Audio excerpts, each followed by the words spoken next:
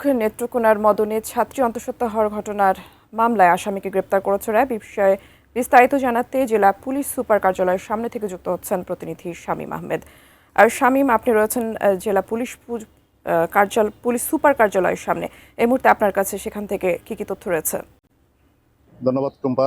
আপনি যেমনটি বলছিলেন যে নেত্রকোনা মদন উপজেলার পাঁচহার গ্রামে যে মাদ্রাসা শিক্ষক কর্তৃক ছাত্রী সত্তার যে মামলার মূল হোতা আমানুল্লাহ সাগর, তাকে কিন্তু গতকাল রাত ভোর 4টায় ময়মনসিংহের যে র্যাব 14 টিম রয়েছে তারা মূলত তাকে আটক করেছে এমন খবর আমাদেরকে জানিয়েছে ময়মনসিংহ র্যাব।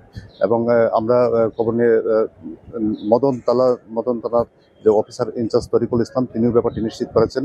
এবং তিনি আরও জানিয়েছেন যে ময়মনসিংহে র্যাব 14 তাকে নিয়ে সেখানে একটি সংবাদ সম্মেলন করবেন 12টায়। হয়তোবা সেখানে সেই সংবাদ সম্মেলনটি কিছুক্ষণের মধ্যেই শুরু হতে যাচ্ছে। তারপরে কিন্তু তাকে মূলত নেত্রকোনা পুলিশের কাছে হস্তান্তর করা হবে এবং নেত্রকোনা পুলিশের কাছে হস্তান্তর করলে তাকে নেত্রকোনা আদালতে তোলার কথা রয়েছে। এই ছিল আপাতত নেত্রকোনা থেকে আমার কাছে সর্বশেষ। পরবর্তী সংবাদ তাকে নেত্রকোনা পাঠানো হলে আনলে তারপর বিস্তারিত আপনাকে আরো জানাতে পারবো টুম্পা।